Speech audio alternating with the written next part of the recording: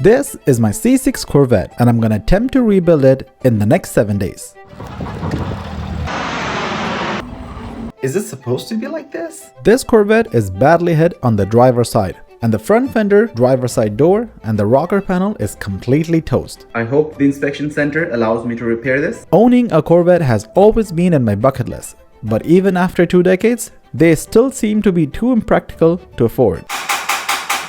And the battery is dead. So when I found one in the auction, I had to take my chances with it if I ever wanted to own one. The car was located in another province up north, so I had to drive about 16 hours both ways to pick it up from the auction and then bring it home. But little did I know, the problems were just about to begin. You see, I live in Canada. We have a lot of maple syrup, but you may be surprised to know that we don't have abundance of Corvettes here as compared to the States. Canada is the place to go.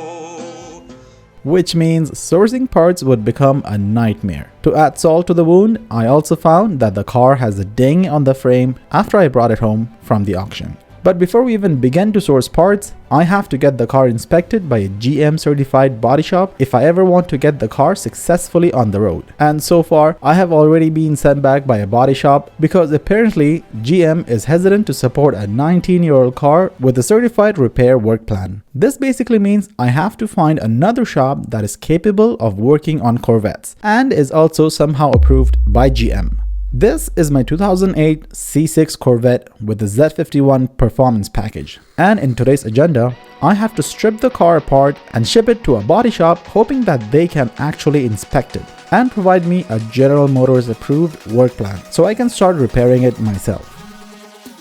Working on a Corvette is very different than working on a regular production car. That's because unlike the other cars GM mass produces, the Corvette line is completely different in a way that the whole car is basically built around an engine and a chassis. What it means is that once the drivetrain is assembled, all the lightweight fiberglass body parts are epoxy glued to the chassis, and the outer cosmetic parts like the fenders, quarter panels, and the doors are directly bolt on. This is a unique way the Corvettes are usually built, similar to what you would see on the production lines of expensive supercars. But this also sometimes makes it very expensive repair work in the event of a collision, such as mine, where you have to replace a whole panel instead of just denting and painting, which you would typically do on a regular car. But in the Corvette, there is no denting because the only metal you will ever come across is the chassis itself. So 9 out of 10 times, you are more likely to replace a whole body panel instead of just repairing it. Alright, the car is now fully stripped on the driver's side. As you can see, the rear quarter panel is out, the door is out, and the front fender is also out. Here's the driver's side rocker panel. This is actually glued with the chassis. Let me see if I can show you a sample of this glue. This is the glue right here, and if I just poke it with a sharp knife, this can be pierced through. And as you can see, this is also an extension of the same glue. And the way to remove this glue, and the same as any other glue, would be to heat it up in a way that I soften the glue up and then chisel out the body panel, which is actually bonded on to the frame. And I don't really care if I damage the side rocker panel here because this is obviously broken. So now I can start heating this up from one section at a time and slowly start prying it out. Although this driver side rocker aperture panel looks easy, but this is one of those parts which is epoxy glued directly to the chassis of the car. Every single person attempting to repair this panel has always complained about how difficult it is to remove the damaged panel and put in a new part, which is if you're lucky enough to find one, because GM stopped producing this part many years ago, and the only way to source it is to buy a used one. The only problem here is that not many auto parts suppliers know how to remove it without damaging this fiberglass piece. And after some research online, I found that there are only a couple of places who use heat induction method to remove this piece from the frame to be able to resell it to customers like me. I don't have a heat inductor with me, so the only way to remove this damaged rocker panel is to use the old school heat gun method. This is not an ideal method by any means, but I have to make do with what I have. The whole process of removing just this panel took me a whole day, and by far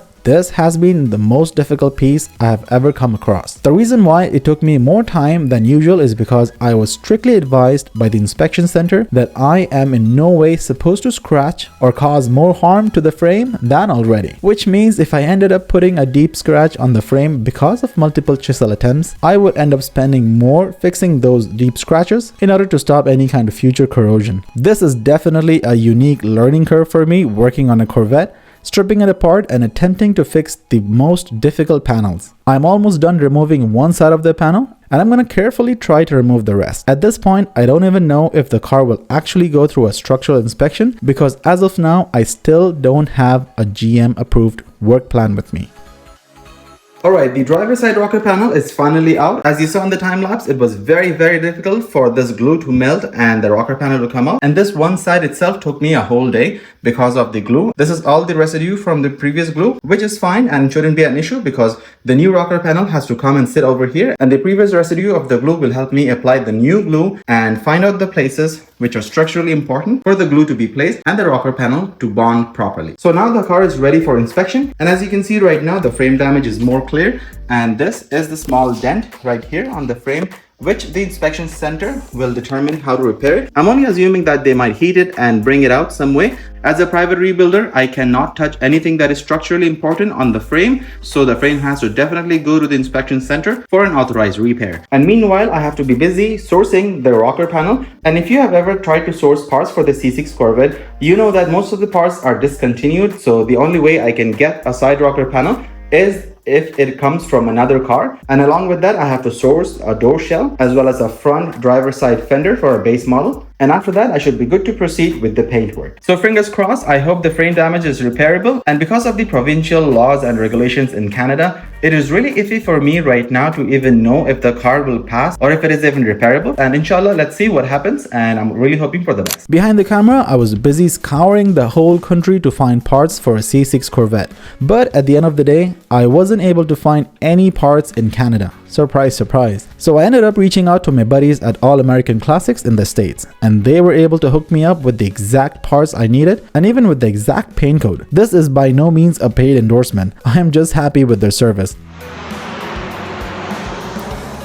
Alright, the shipment is here in just a couple of days within the same week, and I am so happy to see the parts are in amazing condition. These came off of a 2005 C6 Corvette base model, and the driver's side rocker panel was removed completely unharmed using the heat induction method, which I mentioned some time ago, which literally makes this part look like it came off the shelf. And I also tried loosely fitting the driver's side fender, and everything seems to be a perfect fit. So all I gotta do is send the car back to the inspection center to fix the driver's side rocker panel and the door using GM's official work plan. That is, if we are even provided one.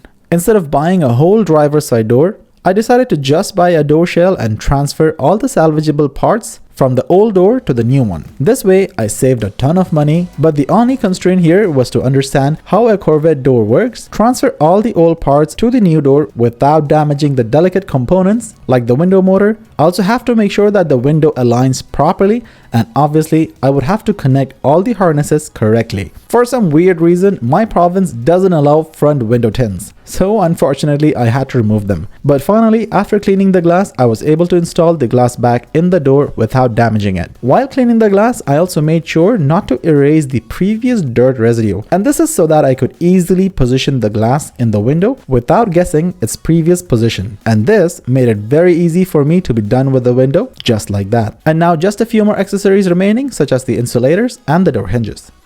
Alright, the hinges are now installed. There is a spring that is missing here. So that basically helps you stop the door at certain levels. And that's not a big deal right now and shouldn't be an issue. My driver's side rear view mirror housing was completely broken in the collision, but somehow the original mirrors survived. So I found myself this rear view mirror on eBay from a Grand Sport for really cheap. And that's because the dimming liquid inside the mirror expired. And this was perfect for me because I could replace this hazy mirror with my original one. Swapping out the mirrors will be very simple. I just have to pop out the old mirror very gently using my fingers by putting equal pressure around the mirror. And just like that, the mirror is out. Notice how I label these wires so that I can carefully connect it to the new mirror. And once the wires are now reconnected to the new mirror, I can then line the mirror up and gently press it back until I can hear a popping sound. And there you go. Now I have a fully functional driver side rear view mirror. Installing the side rear view mirror is pretty simple. I just have to line up the 3 bolts, carefully tighten them without breaking the fiberglass door panel, and finally connect the cables to the door harness. Now I can easily install the Bose speakers back, and the only thing remaining to finalize the door would be to install the door inner panel. That should be pretty simple. Just a couple of clips to be aligned here and there, and now I have a fully assembled driver side door. Alright, the car is now ready to be shipped off to another body shop who may be able to get their hands on a GM approved work plan and fix the frame of my car. I am just happy that I was able to remove the driver's side rocker panel, and hopefully there shouldn't be any substantial damages to the frame from my work. All I can do now is wait for a day or two and hope for the best. If you haven't already, please make sure to subscribe, like and comment your thoughts. Thank you all for watching. I really appreciate your support. Until next time, I'll see you on the next one. I got the shivers.